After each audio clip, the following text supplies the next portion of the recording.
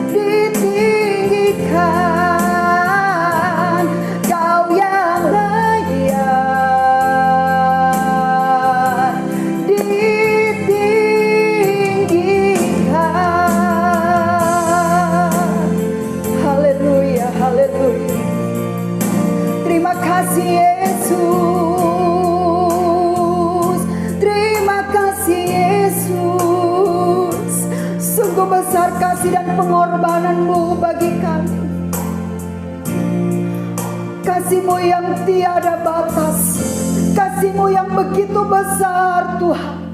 Engkau sudah rela mati untuk menyerahkan nyawa-Mu bagi kami, untuk menebus dosa-dosa kami. Dan kami boleh menjadi orang-orang yang beruntung, sebab kami diselamatkan. Kami boleh menerima anugerah yang besar. Saat ini Tuhan, kami mau memuji dan memuliakan Engkau. Kami rindu menyenangkan hati-Mu. Kami rindu Tuhan memberi yang terbaik buat Engkau. Lewat pujian kami, lewat seluruh hidup kami. Kami rindu memuji dan memuliakan Engkau. Terima kasih Tuhan Yesus, menyerahkan jalannya ibadah ini dari awal sampai selesai ke dalam tangan-Mu. Di dalam nama Tuhan Yesus Kristus kami sudah berdoa. Haleluya. Amin. Haleluya, puji Tuhan. Tiba saatnya kita berkumpul bersatu, kita meninggikan Dia, Raja di atas segala raja, Dia yang sudah menyelamatkan kita. Haleluya, puji Tuhan. Tiba saatnya kami berkumpul bersatu, dari segenap suku dan bangsa,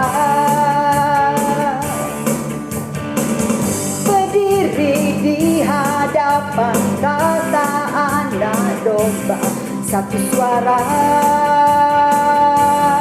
menyatakan keselamatan dari Allah yang duduk dan berkata, kami naikkan pada anak domba.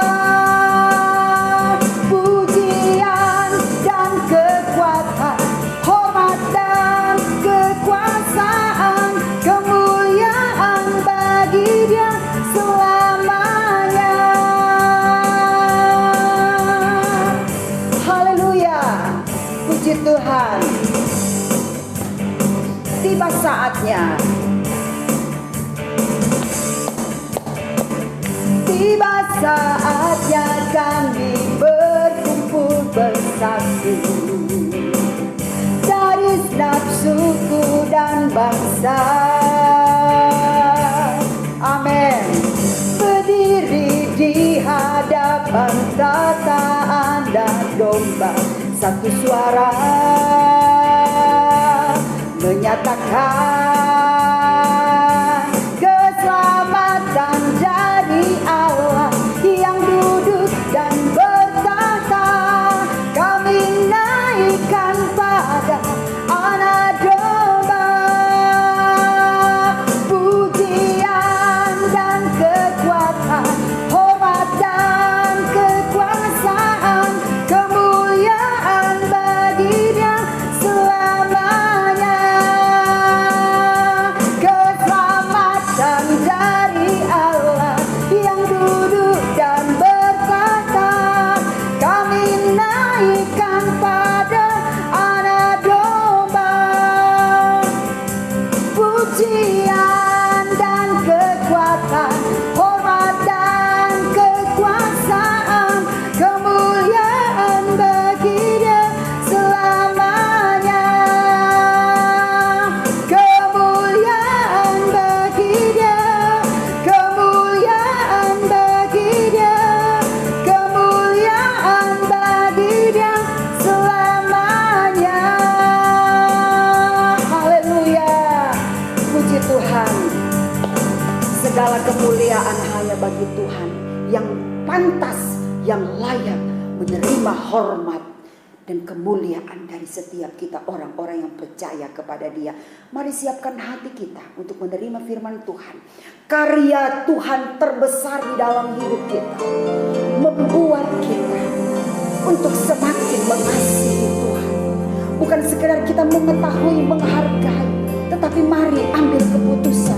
Ketika kita menyadari sungguh besar kasih Tuhan dalam hidup kita, ambillah keputusan untuk kita semakin mencintai dan mengasihi Tuhan, berbuat sesuatu untuk Tuhan, lebih mentaati perintah Tuhan, lebih lagi kita melayani Tuhan, sebab Dia sudah melayani kita terlebih dahulu. Haleluya, karya terbesar di di dalam hidup kita sungguh besar, luar biasa. Terima kasih Tuhan. Haleluya. Karya terbesar dalam hidupku, pengorbananmu yang selamatkanku. Engkaulah harta yang tak ternilai yang ku miliki dan ku hargai. Yesus, Engkau ku kagumi. Karya terbesar, haleluya. Karya terbesar dalam hidupku, amin. Pengorbananmu yang selamatkanku. Engkaulah harta yang tak ternilai yang ku miliki dan ku hargai. Yesus, Engkau ku kagumi. Karya terbesar dalam hidupku, amin. Pengorbananmu yang selamatkanku. Engkaulah harta yang tak ternilai yang ku miliki dan ku hargai. Yesus, Engkau ku kagumi. Yesus, Engkau ku kagumi. Yesus, Engkau ku kagumi. Haleluya, haleluya. Terima kasih Tuhan Yesus. Karya pengorbanan-Mu di dalam kehidupan kami membuat kami terpesona dan kami kagum akan kasih dan pengorbanan. Tidak ada pengorbanan yang begitu besar seperti yang telah Engkau lakukan bagi kami, oh umat-umat. Oleh sebab itu ajar kepada kami untuk menghargai betapa besar karya dan pengorbanan-Mu buat kami.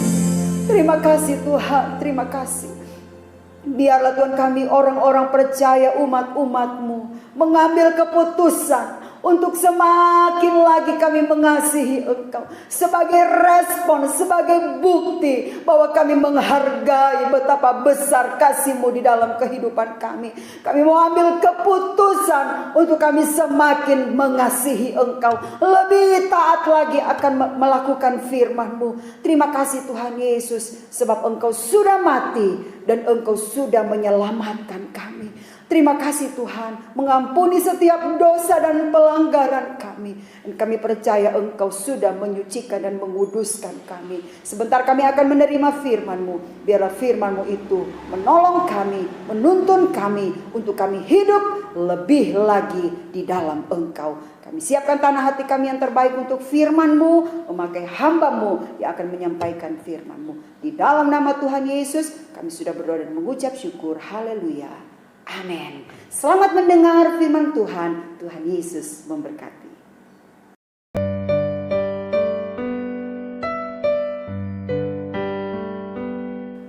Shalom, selamat bertemu kembali jemaat yang diberkati oleh Tuhan Yesus Kristus.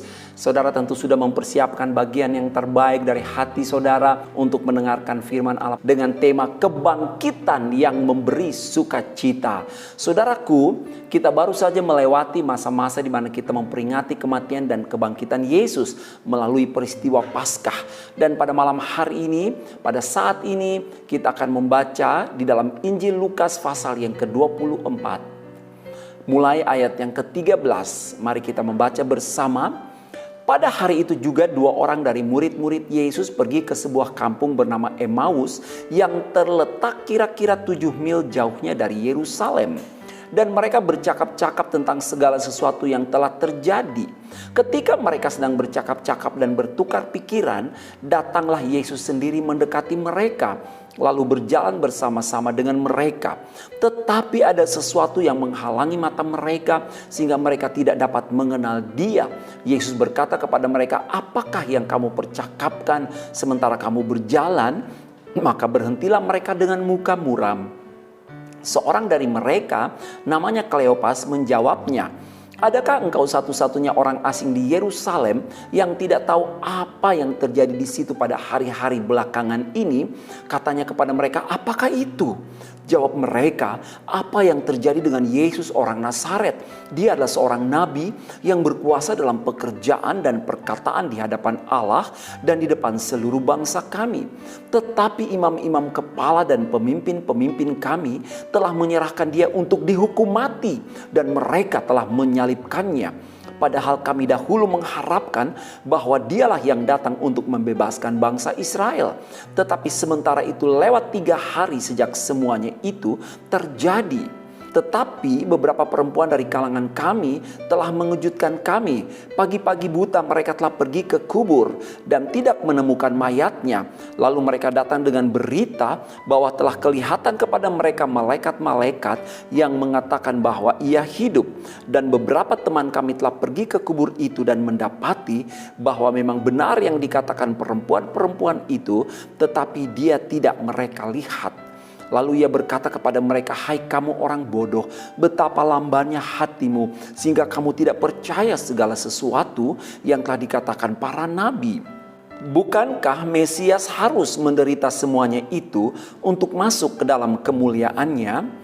Lalu ia menjelaskan kepada mereka apa yang tertulis tentang dia dalam seluruh kitab suci, mulai dari kitab-kitab Musa dan segala kitab-kitab nabi. Mereka mendekati kampung yang mereka tuju, lalu ia berbuat seolah-olah hendak meneruskan perjalanannya. Tetapi mereka sangat mendesaknya, katanya, "Tinggallah bersama-sama dengan kami, sebab hari telah menjelang malam dan matahari hampir terbenam."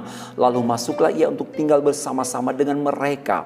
Waktu ia duduk makan dengan mereka, ia mengambil roti, mengucap berkat, lalu memecah-mecahkannya dan memberikannya kepada mereka. Ketika itu terbukalah mata mereka dan mereka pun mengenal dia, tetapi ia lenyap dari tengah-tengah mereka. Kata mereka seorang kepada yang lain, "Bukankah hati kita berkobar-kobar ketika ia berbicara dengan kita di tengah jalan dan ketika ia menerangkan kitab suci kepada kita?"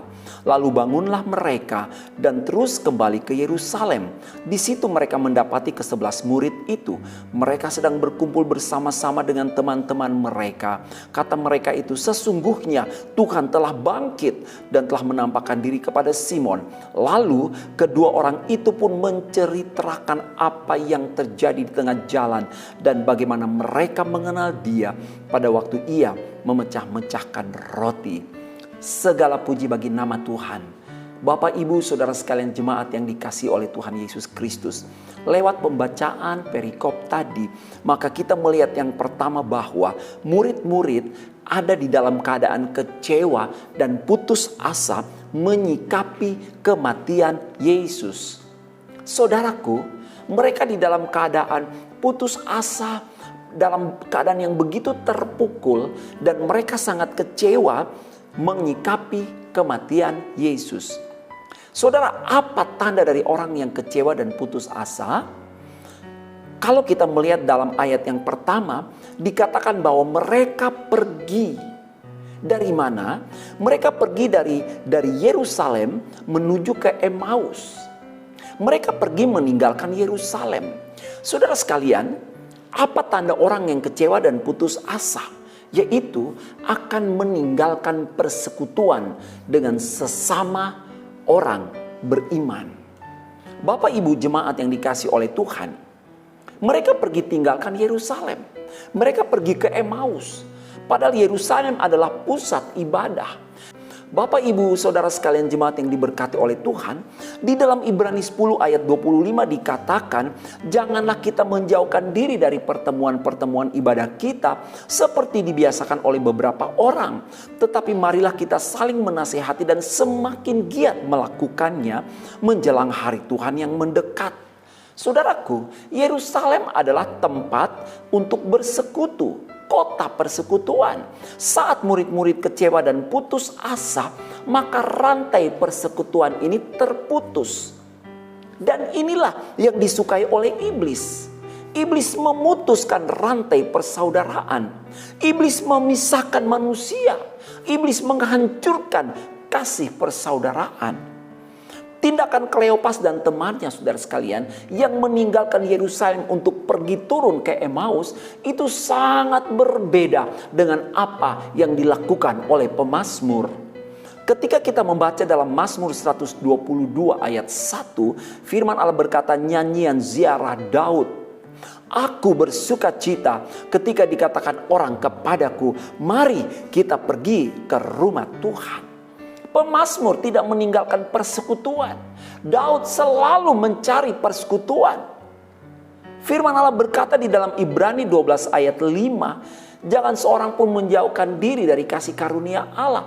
Tetapi saya baca dalam terjemahan bahasa Indonesia sehari-hari, demikian firman Allah, jagalah jangan sampai ada seorang pun yang keluar dari lingkungan kebaikan hati Allah, supaya jangan ada yang menjadi seperti tumbuhan beracun di tengah-tengah kalian, sehingga menimbulkan kesukaran dan merusak banyak orang dengan racunnya. Firman Allah berkata jangan sampai kita keluar dari lingkungan kebaikan hati Allah. Jangan meninggalkan kasih karunia Allah. Tetap ada bersama-sama dengan saudara seiman, di mana kita dihidupkan dari sumber yang sama, yaitu dari Kristus, di mana kasih karunia kebaikan hati Allah mengalir melaluinya dan menghidupkan setiap kita. Saudara sekalian, apa yang terjadi ketika seorang dalam keadaan kecewa dan putus asa? Dia akan meninggalkan persekutuan. Bapak Ibu yang dikasihi oleh Tuhan, jangan tinggalkan persekutuan. Setialah di dalam ibadah. Kalau keadaan sudah memungkinkan, dan saya rasa sangat memungkinkan, mari pergilah ke rumah Allah. Di sana kita beribadah bersama, membangun persekutuan di dalam Kristus, dan kita diberkati bersama-sama. Yang kedua, kita lihat apa tanda, saudara sekalian, dari orang yang kecewa dan putus asa. Ketika murid-murid menyikapi kematian Yesus, murid-murid menyikapi fakta, keadaan, kenyataan dengan keputusasaan dan kekecewaan. Apa tandanya? Ayat 17 Yesus berkata, mengapa mukamu muram? Saudara sekalian, wajah yang muram, wajah yang bersedih. Saat di dalam masalah ada orang yang mudah menjadi kecewa. Ketika berada di dalam pergumulan hidup, masalah hidup, ada orang yang begitu mudah putus asa. Inilah tipe orang yang mudah dipermainkan oleh kesedihan. Gampang sedih, dengan cepat dia tidak bergairah, tidak ada inisiatif, cenderung berpikir negatif, dan tidak mau melakukan hal-hal yang positif. Ketika mereka berjalan, muka mereka menjadi begitu muram. Bapak Ibu Saudara diberkati oleh Tuhan. Ketika ada di dalam masalah, saya katakan tadi, ada beberapa orang yang mudah untuk menjadi kecewa dan putus asa, dipermainkan oleh kesedihan. Di dalam Kejadian 4 ayat 5 bagian B, lalu hati Kain menjadi sangat panas dan mukanya muram. Firman Tuhan kepada Kain, mengapa hatimu panas dan mukamu muram? Apakah mukamu tidak akan berseri jika engkau berbuat baik? Tetapi jika engkau tidak berbuat baik, dosa sudah mengintip di depan pintu. Ia sangat menggoda engkau, tetapi engkau harus berkuasa atasnya. Saudara sekalian, dari muka muram, hati menjadi panas, sehingga akhirnya iblis menyeret Kain ke dalam dosa yang lebih besar, yaitu pembunuhan. Hati-hati, jangan mudah dipermainkan oleh kesedihan. Fatal akibatnya. Orang yang mudah berputus asa biasanya cenderung mengikuti kata hatinya, bukan mengikuti firman Allah. Mudah marah, terbawa emosi, bertindak tanpa berpikir apa-apa. Dan itu yang dikerjakan oleh Kain. Kain begitu terbawa oleh emosi, mudah terbawa oleh masalah yang terjadi. Saudara sekalian, orang yang kecewa atau putus asa tidak lagi bersyukur untuk semua keadaan. Tidak ada lagi puji-pujian kepada Tuhan. Iblislah mencuri penyembahan dari hidup orang itu. Ayub memutuskan untuk melawan kekecewaan dan keputusasaan. Ayub memutuskan untuk melawan duka cita. Ayub memutuskan untuk bersyukur dan menyembah Tuhan di dalam segala keadaan yang tidak baik. Saat ini putuskanlah untuk bersuka cita. Jangan mau larut dalam kemuraman dan duka cita. Saudara sekalian, berikutnya kita lihat apa tanda orang yang kecewa dan putus asa. Yang pertama, meninggalkan persekutuan. Yang kedua yaitu muka muram, larut dalam kesedihan, begitu mudah terbawa, begitu mudah berubah dengan tiba-tiba oleh karena masalah hidup. Menjadi putus asa, tidak bergairah. Dan yang ketiga, orang itu akan mudah mengucapkan ucapan-ucapan yang negatif. Orang yang kecewa dan putus asa mudah dikenali, saudara. Dikenali dari mana? Dari perkataannya, dari ucapannya. Lidahnya dibelenggu oleh kekecewaan sehingga hanya mau berkata yang negatif. Kadang-kadang kita berkata tanpa kita sadari atau kita mendengar orang berkata, matilah sudah. Sudah habis sudah. Acur wes. Mboh opo jarene. Perkataan-perkataan yang tidak menampakkan optimisme. Orang-orang yang hidup yang memiliki Allah tidak lagi nampak seperti itu. Mati ya mati, hidup ya hidup. Bapak ibu saudara sekalian, saat hidup kita menghadapi tantangan, maka iblis selalu mencoba hadir untuk mengontrol perkataan kita. Iblis mencoba mengontrol perkataan orang Kristen. Untuk apa? Untuk memperkeruh suasana. Mati hidup ditentukan oleh perkataan, oleh lidah, oleh buah perkataan kita. Dan iblis selalu hadir dalam zona-zona di mana kita ada di dalam pergumulan tantangan. Dan dia mulai mencoba mengontrol perkataan kita. Amsal 18 ayat 21, hidup dan mati dikuasai lidah. Siapa suka menggemakannya akan memakan buahnya. Kadang saat kita sakit, kita mengeluhkan dokternya kurang pintar, obatnya tidak manjur, biaya terlalu mahal, dan lain-lain. Kita harus belajar mengontrol situasi dengan mulai berkata positif. Yang setuju katakan, amin. Bapak ibu jemaat yang dikasihi oleh Tuhan, kecewa dan putus asa itu memang salah satu respons yang dipilih untuk menghadapi masalah dan tekanan hidup. Siapa yang pernah kecewa dan putus asa? Ada yang lari ke judi, berjudi saudara-saudara, untuk melupakan yang sumpek-sumpek katanya. Ke minuman keras, minuman beralkohol, mabuk-mabukan. Biasanya judi sama mabuk-mabukan itu koncoan, sahabat karib. Kemudian apa yang mereka lakukan? Menggunakan narkoba, menjauhkan diri dari Tuhan sebagai bentuk protes, dan tidak sedikit berakhir dengan mencelakakan diri sendiri. Kadang-kadang saat keuangan bermasalah, lidah kita mulai menyalahkan orang lain. Bapak ibu saudara sekalian, mari dalam menghadapi masalah, masihkah kita memperkatakan firman Tuhan yang mampu mendatangkan berkat, ataukah perkataan-perkataan negatif yang kita keluarkan dari mulut kita yang hanya mendatangkan kesukaran? Bapak ibu, ini saat yang baik untuk bersama-sama kita membenahi kehidupan kita. Kita lihat berikutnya, apa penyebab kekecewaan? Kekecewaan disebabkan oleh apa? Kita lihat dalam Lukas 24 tadi. Lalu ia berkata kepada mereka, hai kamu orang bodoh, betapa lambannya hatimu sehingga kamu tidak percaya segala sesuatu yang telah dikatakan para nabi. Bukankah Mesias harus menderita semuanya itu untuk masuk ke dalam kemuliaannya? Lalu Yesus menjelaskan kepada mereka apa yang tertulis tentang dia dalam seluruh kitab suci, mulai dari kitab-kitab Musa dan segala kitab nabi-nabi. Saudaraku yang dikasihi oleh Tuhan, kita memang sering melupakan firman Tuhan. Seperti murid-murid, mudah melupakan firman Tuhan. Mengapa? Sebab kadang-kadang kita meremehkan firman. Sebab kadang-kadang kita tidak bertekun di dalam membaca firman. Kalau kita tidak bertekun membaca firman, bagaimana kita bisa mengingat? Kadang-kadang kita tidak percaya, tidak mengimani firman Allah. Akibatnya ketika ada masalah yang terjadi dalam hidup kita, kita putus asa dan mudah kecewa. Sebab apa? Sebab kita melupakan firman Allah. Lukas 11 ayat 28. Tetapi ia berkata, yang berbahagia ialah mereka yang mendengarkan firman Allah dan yang memeliharanya. Bapak Ibu, tetapi kita bersyukur kebangkitan Yesus mendatangkan sukacita. Kebangkitan Yesus memberi sukacita. Oleh karena apa? Lewat kebangkitan Yesus, hidup murid-murid dipulihkan. Awal pemulihan adalah apa, saudara sekalian? Kalau saudara baca di dalam Lukas tadi, mereka mengajak Yesus, mengundang Yesus untuk tinggal bersama dengan mereka. Bapak Ibu, awal pemulihan untuk kita dibawa kembali menikmati sukacita dan menikmati hidup ini dalam anugerah Allah adalah apa?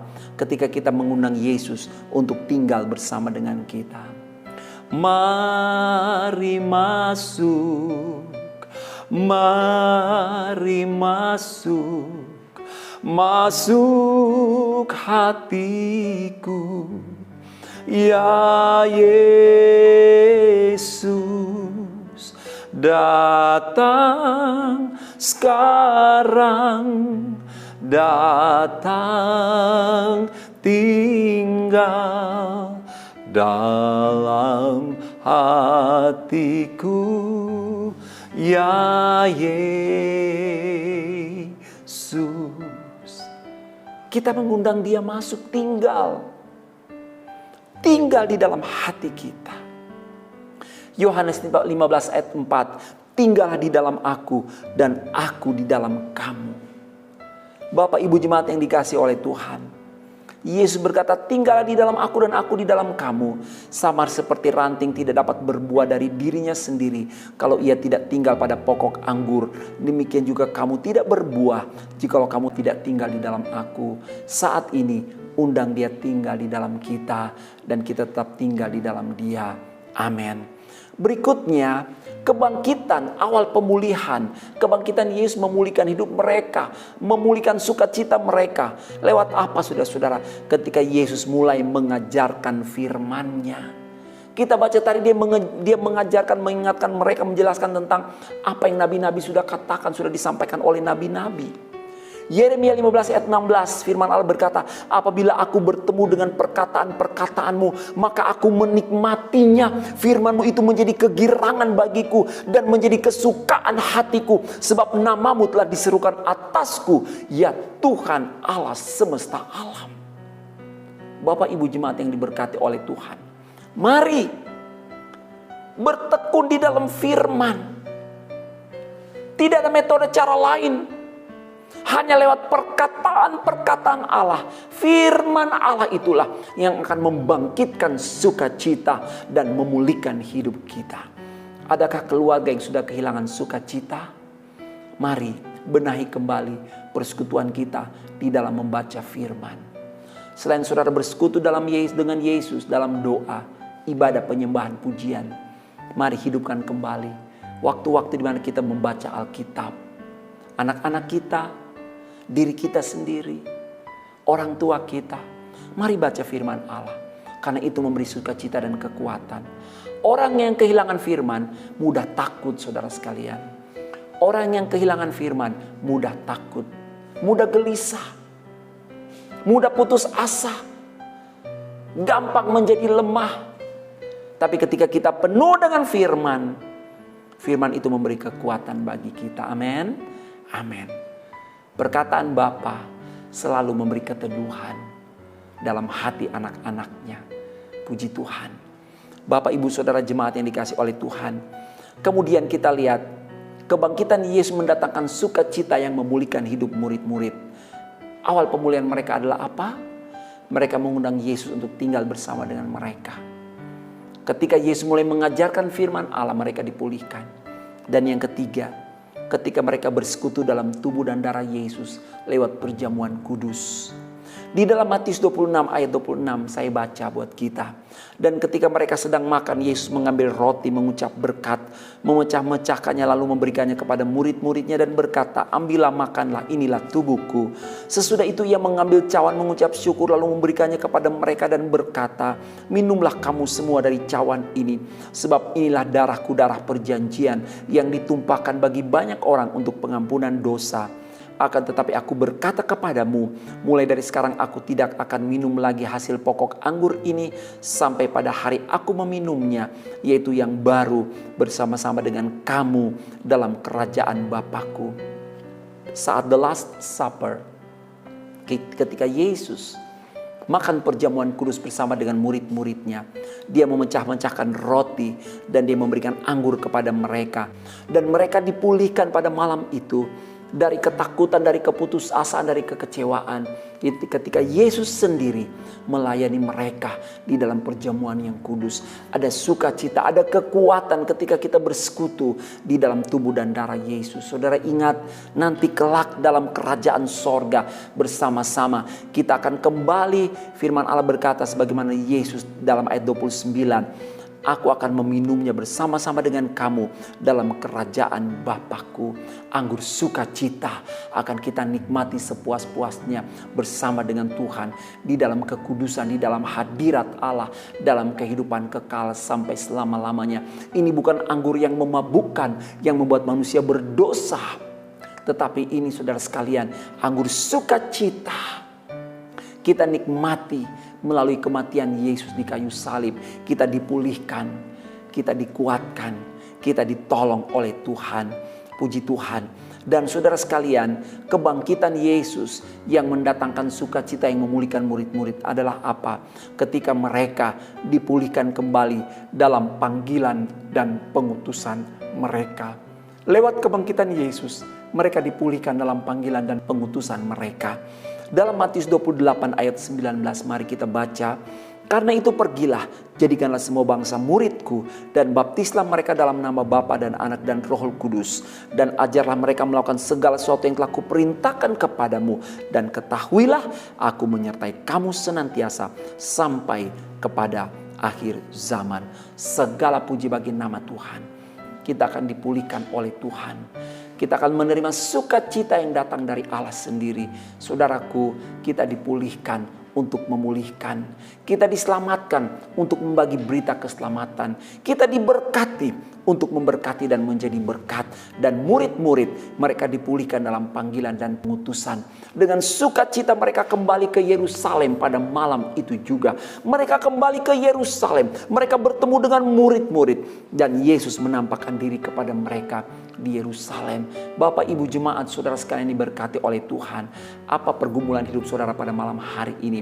Yesus mau datang memberi sukacita dan memulihkan hidup kita. Undang dia untuk tinggal di dalam hati kita, dalam hidup kita, dalam rumah tangga, dalam pekerjaan, dalam pendidikan. Nikmati firman-Nya. Miliki waktu-waktu untuk bersekutu dalam pembacaan Alkitab. Dan ingat saudara sekalian, ketika kita bersekutu dalam tubuh dan darah Yesus, maka di situ ada kekuatan, ada sukacita, ada damai sejahtera, sebab Allah memulihkan hidup kita. Dan ingat saudara sekalian, Allah memanggil saudara dan saya dalam pengutusan, dalam panggilan untuk menikmati berkat-berkat Allah dan membagikan berkat-berkat rohani itu kepada seberapa banyak orang yang akan masuk di dalam kerajaan sorga. Segala puji bagi nama Tuhan. Biarlah hidup ini berdaya guna bagi kerajaan Allah selagi masih bernafas, selagi ada kesempatan. Mari tunaikanlah panggilan dan pengutusan kita. Selamat sekali lagi, selamat menikmati kebangkitan Kristus. Nikmati kuasa yang bekerja di dalamnya yang akan membebaskan dan memberikan kemenangan bagi kita. Mari tundukkan kepala dan berdoa bersama dengan saya. Segala puji syukur bagi Tuhan. Terima kasih buat kebenaran firman Allah yang kami terima pada saat ini. Memberi kekuatan kepada kami. Bapa Sorgawi, Terima kasih, kami tahu bahwa dengan kebangkitan-Mu ada kemenangan yang akan kami nikmati di dalam Engkau. Melalui kebangkitan-Mu ada sukacita yang besar yang akan kami nikmati. Melalui kebangkitan-Mu maka segala belenggu, masalah, ikatan dosa sudah dipatahkan. Melalui kebangkitan-Mu kami menerima kemenangan oleh karena Kristus yang bekerja di dalam hidup kami. Malam ini kalau ada di antara jemaat yang ada di dalam duka cita, di dalam tekanan hidup, di dalam ketakutan, di dalam kekhawatiran, di dalam keputusasaan, tidak mempunyai pengharapan, hamba berdoa lawati mereka dengan kekuatan-Mu Tuhan. Tolong bangkitkan semangat mereka, jamah hati mereka Tuhan, jamah hati umat-Mu, jamah setiap kami, agar malam ini yang lemah menjadi kuat di dalam nama Yesus, yang susah menerima sukacita penghiburan dalam nama Yesus. Oh Tuhan, yang di dalam ketakutan menerima roh keberanian, kekuatan yang dibaharui di dalam kasih karunia Allah lewat firman dan urapan yang bekerja dalam hidup kami pada saat ini. Terima kasih Bapa, yang dalam kekurangan Tuhan cukupkan, Tuhan adakan, Tuhan sediakan, karena dari Engkaulah datang semua yang baik di dalam hidup kami. Terima kasih, yang sakit kami percaya jamahan Tuhan mendatangkan kesembuhan. Oleh bilur-bilur Yesus kami sembuh di dalam nama Yesus. Engkau tolong jemaat Tuhan, bangkitkan iman mereka agar mereka tetap berpaut dan setia berpercaya kepada Tuhan, mengandalkan Engkau dalam segala pergumulan hidup mereka. Terima kasih, berkati pekerjaan mereka dalam nama Yesus, berkati pendidikan perkuliahan mereka dalam nama Yesus. Setiap keluarga diikat dengan tali kasih dari Allah, satu di dalam Tuhan, menikmati keajaiban-keajaiban Tuhan. Terima kasih Bapa Sorgawi, terima kasih. Kami akan mengakhiri ibadah kami, tidak lupa kami berdoa. Berkati Indonesia, Jawa Timur, bahkan kota di mana kami tinggal dalam nama Yesus. Berkati Presiden kami Bapak Joko Widodo, jajaran Menteri Kabinet. Bahkan berkati dokter perawat yang berjuang melawan pandemi COVID. Bahkan upaya-upaya vaksinasi yang sedang dikerjakan oleh pemerintah. Tuhan memberkati. Biarlah Indonesia menikmati kebaikan Tuhan. Daerah-daerah yang mengalami bencana alam, Nusa Tenggara Timur dan provinsi yang lainnya, kiranya Tuhan lawat, Tuhan tolong, Tuhan luputkan, pelihara, sembuhkan mereka di dalam nama Yesus. Karena hanya di dalam Engkau ada kebaikan-kebaikan. Terima kasih Bapa. Dan sekarang kekasih Tuhan, terimalah berkat dari Allah Bapa, kasih sayang dari anaknya Yesus, persekutuan dalam kuat kuasa Roh Kudus, mulai dari malam hari ini sampai Maranatha, Yesus kembali pada kali yang kedua. Dalam berkat nama Tuhan Yesus Kristus, kami berdoa dan mengucap syukur. Haleluya. Amin. Puji Tuhan. Tuhan Yesus memberkati. Shalom.